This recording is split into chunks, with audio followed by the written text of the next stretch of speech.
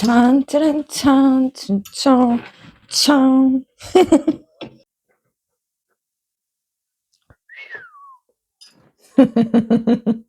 La espada brilla como si su hoja hubiera atrapado la luz del amanecer. No era un arma, sino un símbolo. Quien lograra sacarla de la roca sería el verdadero rey de Inglaterra. Ningún hombre, por fuerte o noble que fuera, había conseguido moverla. Pero cuando Arturo la rodeó con su puño, la espada reconoció al elegido al instante. Con un destello se deslizó fuera de la roca, como si fuera estado aguardando a su toque. Bienvenidos, damas y caballeros. Esto es gigante. Bienvenidos, damas y caballeros. Este es mi canal Oculwen. Hoy hablaremos sobre una legendaria historia llena de misterio, magia, reyes, magos, hadas, princesas, de todo. Espadas mágicas que definen el destino. Abrid vuestras mentes y afilad vuestros sentidos, pues aquí comienza una historia llena de misterio y de magia. Tomad asiento al lado del fuego y dejad que la luna guíe nuestras palabras. Y preparaos, porque lo que viene es para aquellos valientes que aún creen en la magia. Voy a extortar esto. Es una preciosidad. En este caso, la que tengo es templaria y es maravillosa, gigantesca. Como podéis ver, la voy a dejar aquí. Y ahora sí, hoy conoceremos la historia de Arturo y Excalibur, la espada que guió el destino de Inglaterra. ¿Existió realmente Arturo o su espada? ¿Hay evidencias reales? Los reinos se disputaban el poder y el pueblo, cansado de sangre y traiciones, esperaba un líder capaz de unirlos. Britania, tras la retirada romana, estaba dividida en reinos enfrentados. Tras su retirada, los pueblos locales britano-celtas quedaron vulnerables. Comenzaron invasiones de pueblos germanos, anglosajones y justos. Los sajones avanzan devastándolo todo. Las familias nobles se disputan el poder. Los reyes no logran unir el territorio. Los anglosajones terminan avanzando en el siglo VIII. Ya ocupan todo y aquí empiezan a llegar los vikingos. Y los que luchan por el territorio son los anglosajones, que son los que se instalan como los señores de Inglaterra. Estos son los que luchan por el territorio contra los vikingos. Tolkien dijo que la verdadera Inglaterra era la Inglaterra anglosajona. Es en este contexto donde nace la figura de un líder que defiende a los britanos contra los invasores. Y es aquí donde nace la historia de Arturo. En todo este caos surge una figura que es Uther Pendragon, el último gran rey britano, acompañado por un misterioso consejero llamado Merlín, nacido de una madre humana extremadamente religiosa y de un demonio. Este demonio cogió a la madre de Merlín y hizo cosas. Y de ahí nació Merlín, con los poderes del demonio. Que este personaje, Merlín, es un personaje bastante curioso porque no es ni bueno ni malo. Aunque tiende a ganar la parte buena, también tiene actos malos. Entonces Merlín ve a Uther el único capaz de reunir al reino. Pero Uther comete un error que marcará el destino de todos. Merlín le recomienda a Uther que organice una celebración navideña para unirlos a todos, que invite a los grandes señores.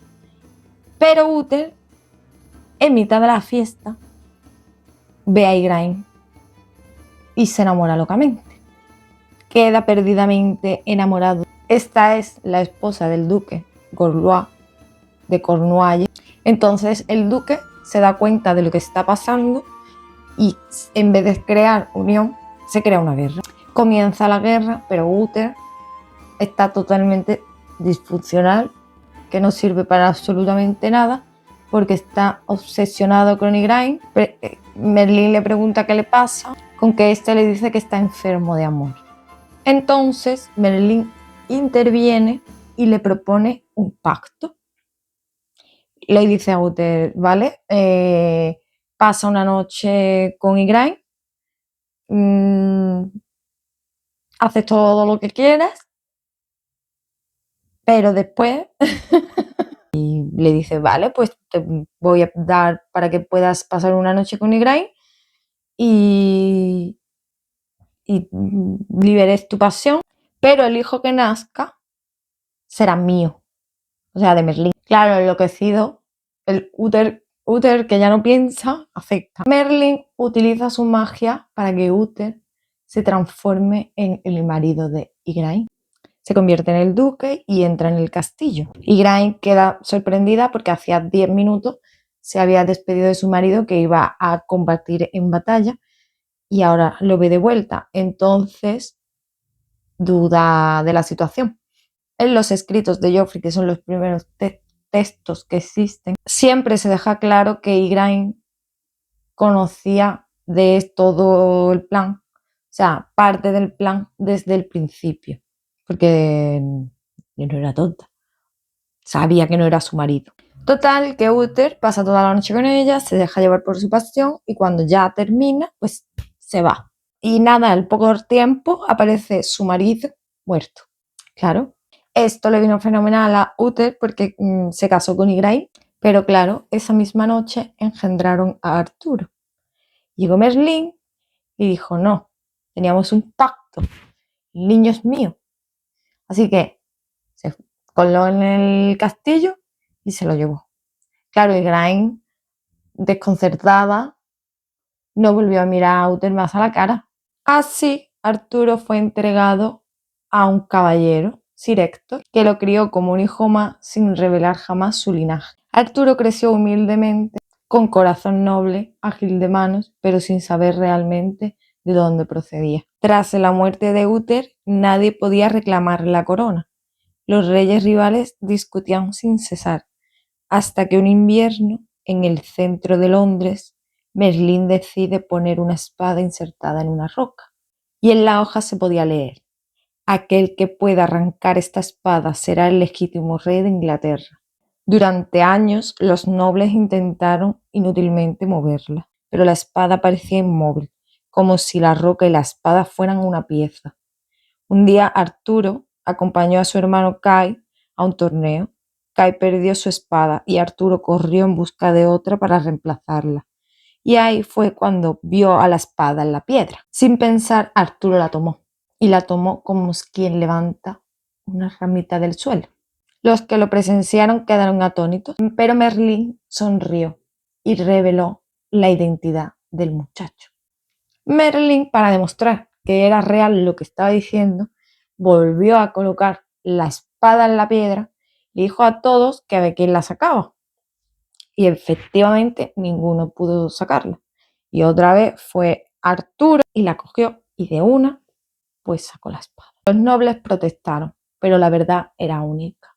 Ese muchacho era el rey de Inglaterra. Y bueno, un dato importante y que a muchos les sorprende es que Excalibur no es la espada de la roca.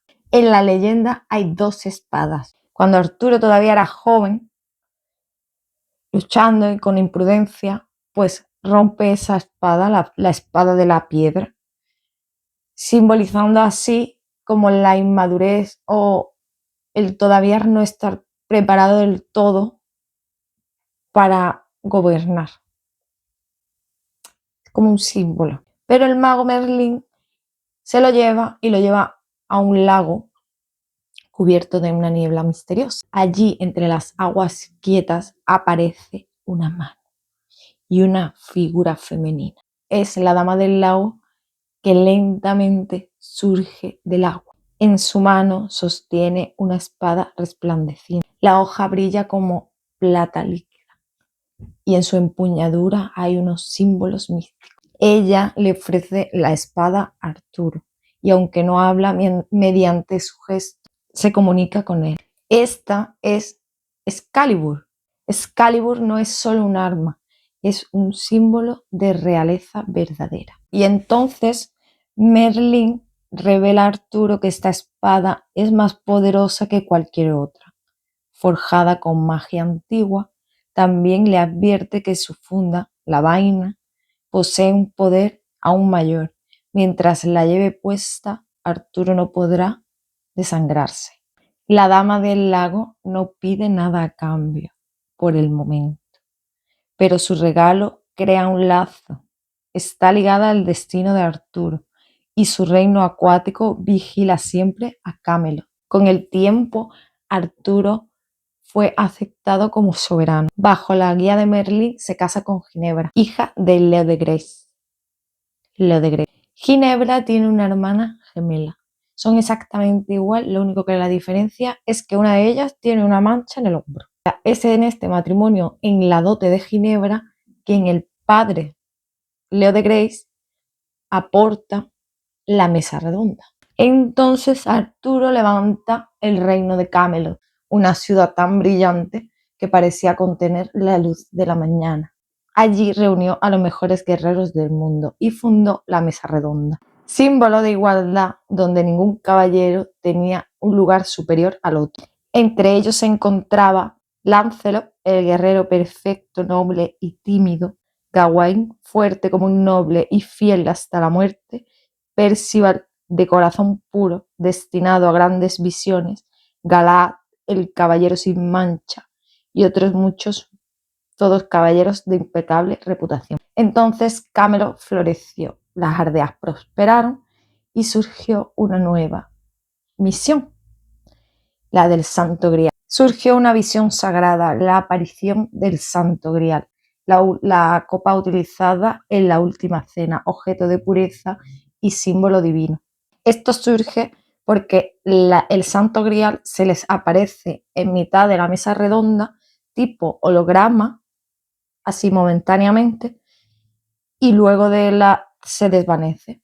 Luego de la aparición se desvanece y todos emprenden la búsqueda. Fue una búsqueda que duró años y en los relatos se dice que enfrentaron bosques encantados donde el tiempo pasaba de forma extraña, castillos habitados por espectros, tentaciones destinadas a probar su alma. Solo Galahad fue el único que pudo contemplar el Santo Grial, según los escritos. Otros regresaron heridos, otros quedaron desilusionados, heridos y cambiados para siempre. Y Arturo observó que su mesa redonda cada vez quedaba más vacía.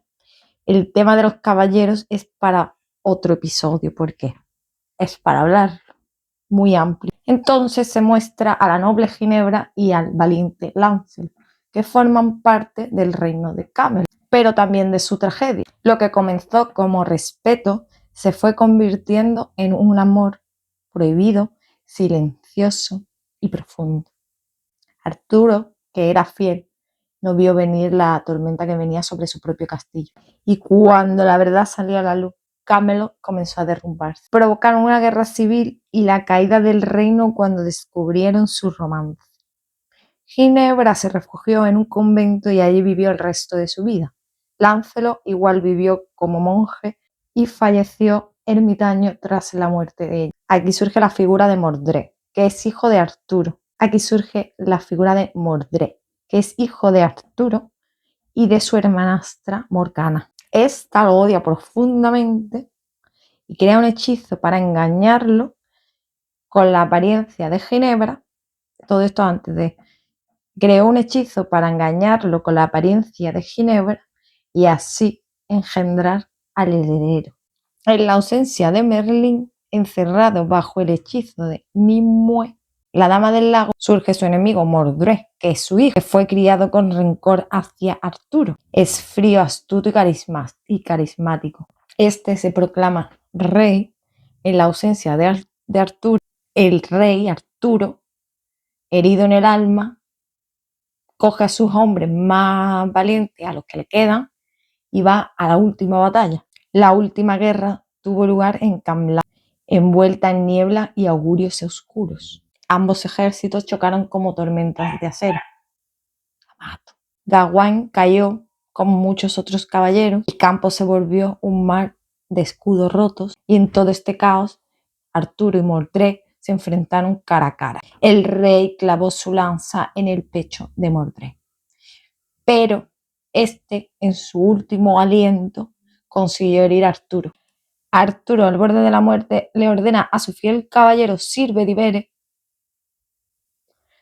que lleve Excalibur a la Dama del Lago. Bedivere intenta desobedecer, ya que la espada es muy hermosa y muy poderosa, pero Arturo insiste. Cuando finalmente la arroja al lago, ocurre lo imposible. Una mano surge del agua, atrapa la espada en el aire y se la lleva, la sumerge. Es la Dama del Lago reclamando lo que es suyo y cerrando el ciclo. Según algunas versiones, ella lleva a Arturo a Avalon, un lugar entre la vida y la muerte, donde el rey duerme esperando regresar cuando Inglaterra lo necesite. La Dama del Lago permanece como guardiana del destino, del agua y de la magia ancestral. En otra versión, Arturo debilitado fue llevado por sus hombres hasta la orilla del lago, envuelto en silencio. Allí apareció una barca con 3 figuras femeninas, las damas de Avalon, Morgana, Elaine y Morgause. Estas mujeres son sacerdotisas y guardianas de las antiguas costumbres paganas de Avalon. Ellas tomaron al rey y lo llevaron hacia la isla eterna, lugar mágico, tierra de la inmortalidad, reino de las hadas, donde según la leyenda, Arturo no está muerto, sino dormido, esperando el día en que Inglaterra lo necesite de nuevo. Así cayó Camelot, así terminó un reino y así comienza una leyenda. En la leyenda artúrica hay infinidad de libros y hay un inicio, pero cada autor fue añadiendo algo a la obra original. Por eso el mundo artúrico no se compone solamente de una historia, sino que se compone de muchas tramas. Pero ¿pudo existir algo real de todo esto? Cuando pensamos en Excalibur, imaginamos magia, reyes, magos, una profecía, pero la realidad es que detrás hubo una historia. Excalibur no nació en un cuento medieval, ni en películas, ni en los romances de la Edad Media. Excalibur nació de algo mucho más antiguo, las creencias del pueblo celta. Nació de la obsesión humana por convertir objetos reales en símbolos mágicos. Esta es la verdadera historia de la espada más famosa del mundo. Muchas espadas se arrojaban a los lagos y a los ríos como ofrendas. Era un acto ritual. El agua representaba el reino de lo divino. Los arqueólogos han encontrado cientos de espadas en el fondo de lagos británicos, espadas reales convertidas en símbolos mágicos. Aquí nace la primera semilla de Excalibur. El primer nombre real de Excalibur no fue Excalibur. En los textos galeses más antiguos aparece como Calef. Caleb, que significa corte duro o corte feroz.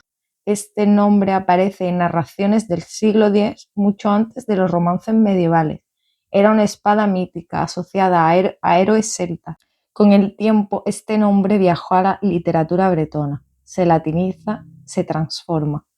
Y finalmente nace el nombre que conocemos hoy. Excalibur probablemente derive de Caliburnus, un intento medieval de traducir la palabra original. Así, el mito no comenzó como magia, sino como tradición oral celta.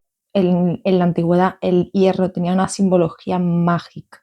Los pueblos que podían dominarlo tenían poder. Una espada de metal era un objeto de prestigio, algo que los dioses debían bendecir. Por eso las primeras hojas de espadas británicas debían parecer como mágicas o magia. Excalibur, en su raíz histórica, es la idealización de esas primeras armas extraordinarias. La famosa Dama del Lago tampoco es una invención medieval, sino que también se origina en las leyendas celtas. Para los antiguos celtas, el agua era un portal al otro mundo. Muchos historiadores creen que el mito de Excalibur pudo ser real, pero que el arma venía, muchos historiadores creen que el mito de Excalibur pudo tener un origen real, viniendo de un objeto muy valioso, de un arma muy poderosa perteneciente a un líder britano del siglo V o VI. En el siglo VII, el escritor Geoffrey de Monmouth, profesor de la Universidad de Oxford, retoma estas antiguas tradiciones, pero lo curioso es que se lo encomendó un rey normando. Los normandos eran descendientes de vikingos escandinavos que se asentaron en Francia y luego conquistaron Inglaterra con Guillermo el Conquistador. Bien, pues después de Guillermo y de su hijo surgió Enrique, que fue el que mandó en el territorio. Enrique no solo quería mandar, sino quería que lo quisieran. Es este rey Enrique I el que le pide a Geoffrey que escriba sobre los reyes de Britania. Y ya mezcla la fantasía, la historia, la política, todo. A través de él, Caleb se transforma en Calibur. Y luego en los romances franceses se transforma en Excalibur. Es aquí cuando la espada deja de ser un objeto histórico y se convierte en uno literario. Y entonces surge la historia moderna de la espada que prueba al rey, la espada que elige al digno y la espada que establece un orden justo. Los autores medievales transforman un objeto ritual celta en uno cristianizado de soberanía y virtud. Cuando miramos más allá del mito vemos algo muy importante. Excalibur representa la fusión entre el mundo medieval y el celta. Excalibur existe porque la humanidad siempre ha buscado un objeto que justifique el poder, un objeto que defina la legitimidad, un objeto que diga, este es el líder que nos guiará. La espada mítica nace de una necesidad histórica. Puede que la Excalibur física nunca haya existido, pero su origen es real como el hierro de nuestras antiguas forjas, como los relatos que llevaban siglos transmitiéndose. Excalibur no es una espada, es un puente entre la arqueología, la tradición celta, la poesía medieval y la imaginación humana. La espada ha sobrevivido, no porque cortara el acero, sino porque ha cortado el tiempo. Mientras sigamos buscando líderes justos, verdad legítima y propósito, el mito de Excalibur seguirá vivo. Y hasta aquí nuestra historia de hoy. Espero que os haya gustado, que haya sido entendible, porque la leyenda artúrica es súper complicada y súper liosa. Hay millones de versiones y millones de autores. Si has llegado hasta aquí, suscríbete y dale like, que eso me ayuda. Muchos besitos. Chau, chau. Besitos.